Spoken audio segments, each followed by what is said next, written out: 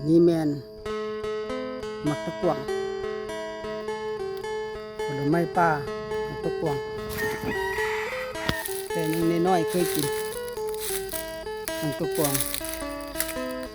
มักตะกวงอยู่น้ำวัดนี้เสยหาก็เป็นเต็ม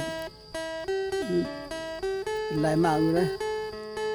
มักตะกวงนี่ได้บัวแมนมักเกี้ยงนะมักตะกวงป่ากวงกินได้มานี่กินได้มากินได้แต่ยังตอนยังน้อยๆก็เคยกินอยู่น้อยๆกินมันหวานดีแต่ว่าปัจจุบันนี้หาซอกยากต้นเลยบุคคลมีบ้านเมืองเจริญแล้วก็ตายไปอันนี้มันอยู่น้ำวัดนี่น้ำวัดมันก็เลยเกิดขึ้นน้ำวัดก็มีโอกาสเป็นหลายน้ำวัดนี่เป็นก็อนุรักษ์ทางการบ้านได้ทุกคนจะเอาไปเห็นซื้อมันจะได้เห็นเสร็จเล่น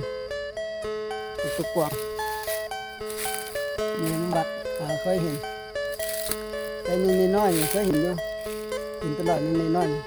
ๆมันตกกวางมากี่พวนกินได้อันนี้มันมาตกกวางใบเอามันพวกมากี่พวนมาปลูกเราได้เบิ่งแยงมัน